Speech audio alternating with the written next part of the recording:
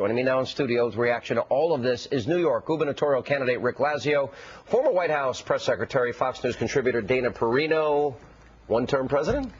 Well, I think that actually, when I read that article this morning, Roger Simon's piece in Politico, the way I took it is that he said that President Obama is likely to be a one-term president, basically because President Obama is so much smarter than all of us, and he can't connect with the American We're just not people. smart enough to go into debt $3 trillion and ram health care down America's throat. But I would say another thing. I think when it comes to Senator Reid's comments, I don't think that it was necessarily political.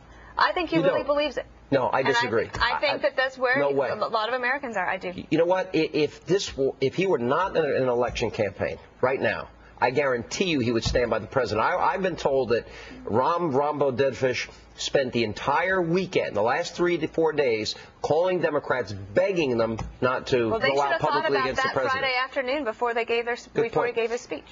You are taking on a very powerful Democratic machine in New York, on the one hand. On the other hand, this is a 70-30 issue even in New York. Absolutely. Where people are livid that this controversial imam is pushing forward, and that Bloomberg and Andrew Cuomo and others have supported this. Right. Is this going to be a defining issue in the campaign? I mean, I don't know if it will be a defining issue in the campaign, but there's a clear and stark difference between Andrew Cuomo, who won't do his job here as Attorney General. He's got jurisdiction as the Attorney General over state-registered charities, and this Cordoba initiative is a state-registered charity. He can help open these books. You know, if you look at the questions here, 2 questions, I think.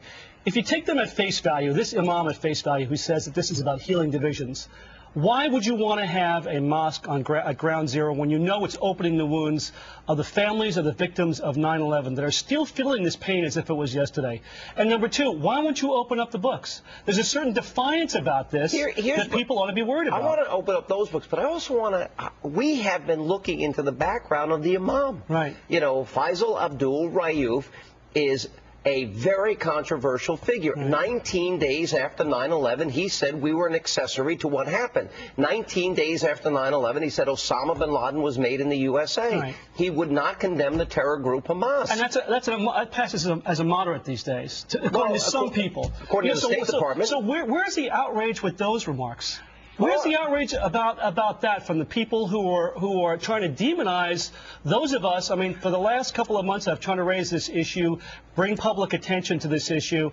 You know, to me, it's great. Harry Reid, I don't care what your motivation is. You've now done more to protect New Yorkers than Andrew Cuomo has. What do you think from a political standpoint? Do you think this becomes? Seems to me we've got a whole list of issues now where I've said this a number of times. It's not government of, by, and for the people. It's a president who very arrogantly, just constantly, consistently, with just total disregard, goes against the will of the American people.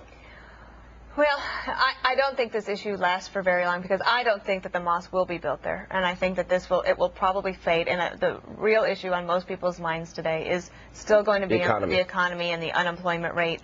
And so, if I were Harry Reid, I'd probably prefer to talk about the mosque anyway, because if you have a 14% unemployment rate and you're facing a little bit of an uphill battle. He's also got a 7% strong approval. No, 2%. Nancy Pelosi has 7%, so he's at an all-time low. But I don't think that this lasts for that long. No. You don't? I disagree with this, by the way. I think this is going to be around for a while. I think we underestimate how emotional people are about this issue.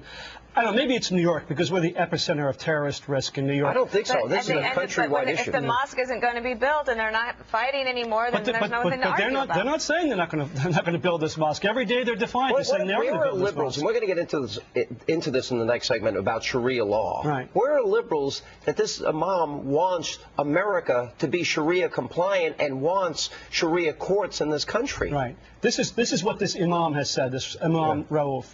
I don't know where the sensitivity is for people's feelings that are wives that are trying to get separated from husbands, girlfriends that are trying to date boyfriends, gay people. You know, there's no sensitivity for them, it seems to me. But in this particular case, going back to Dana's point and your point, Sean, which I totally agree with, there is like a ruling class elite that looks down their nose at the average commoner and feels like we know more than you. Yeah, huge deficits.